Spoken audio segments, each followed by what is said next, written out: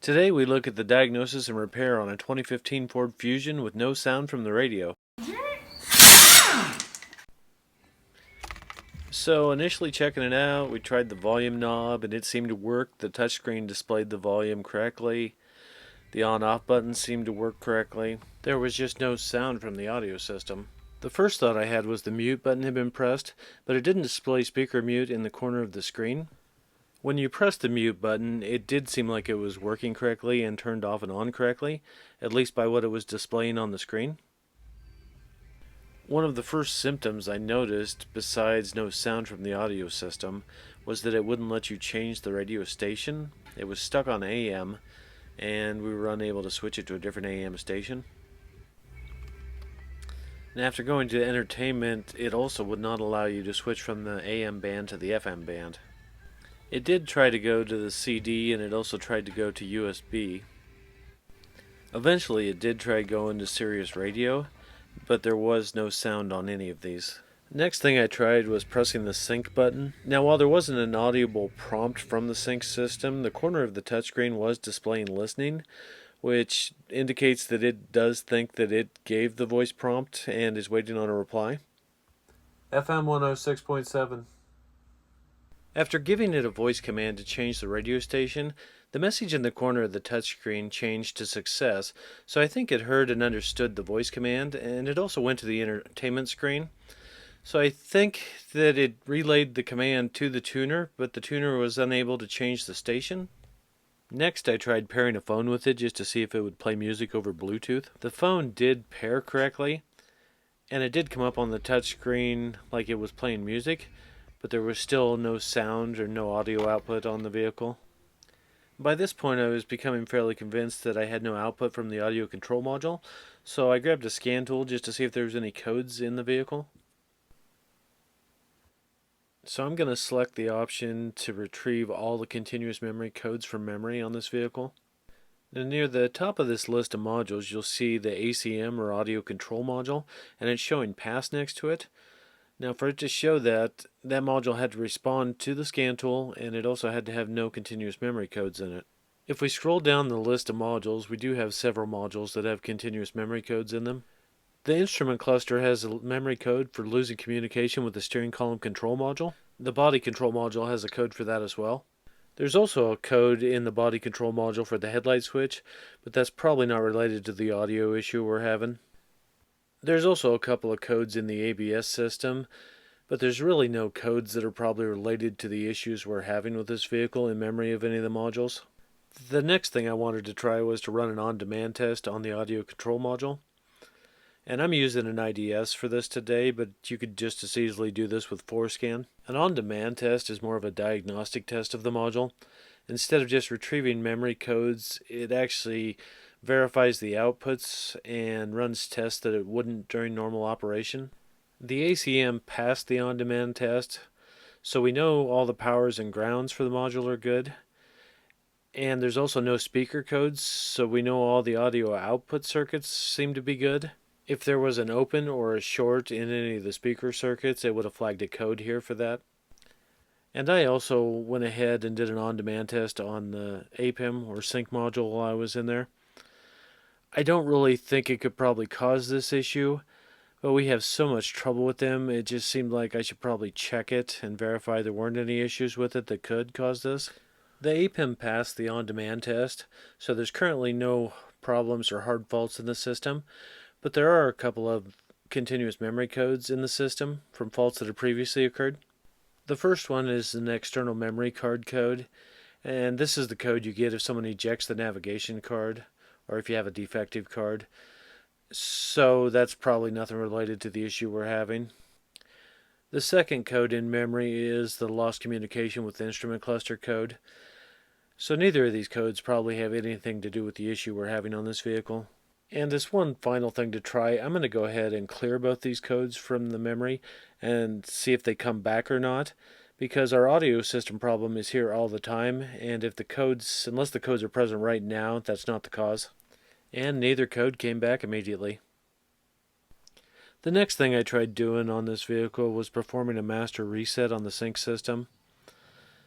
Now this did fail to fix our issue. And after that, we did try unhooking the battery on this vehicle for 30 minutes, and that also failed to resolve the issue. So at this point, with no codes in the system and everything checking fine, really the only option left is to replace the audio control module. So next up, we're going to be installing a new audio control module in this.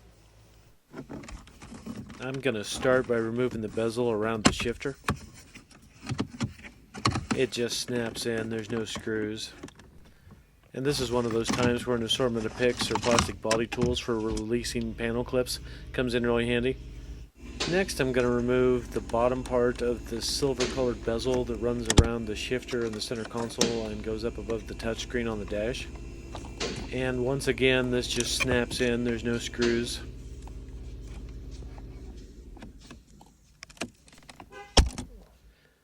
And with the bottom part of it removed, we can go ahead and remove the rest of it. Same as all the others up to this point, it just snaps in, no screws. Really, most of the car is held together by panel clips and magic. I'm always afraid I'm going to break these things when the panel clips don't want to release. Next, I'm going to remove the bezel with all the switches and controls on it, or the front control interface module, I believe is what it's officially called. There is a 7mm screw near the bottom on both sides of this panel that will need to be removed. So here we can see the one on the left side. And if we zoom over here, there is the one on the right side of the panel. After both of the screws are removed from the bottom of the panel, the top just snaps in and you can just pull it out to release it.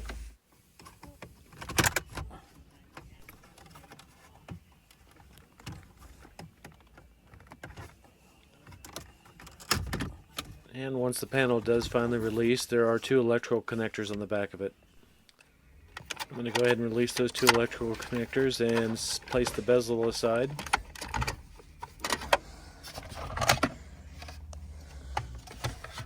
The ACM is located directly under the touchscreen, and it is held in place by two more 7mm screws. After the two 7mm screws are removed, the ACM just slides out. On the back of the module, there are two electrical connectors and two coaxial cables that will have to be unplugged.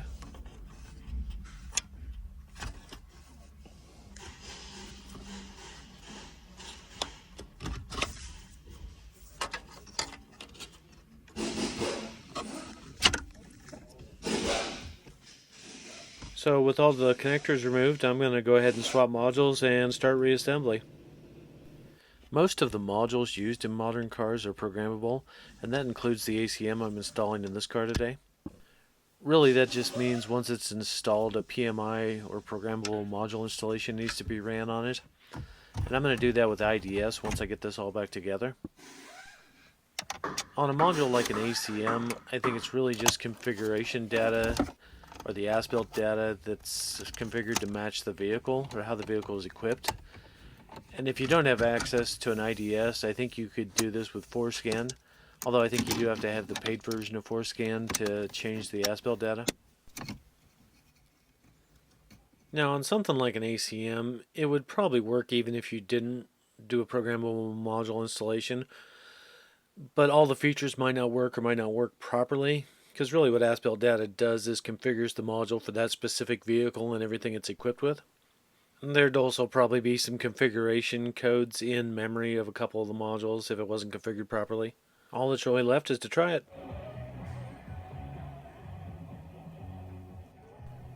And this building does have a metal roof on it, so the reception isn't the greatest inside, but everything does seem to be working on it now.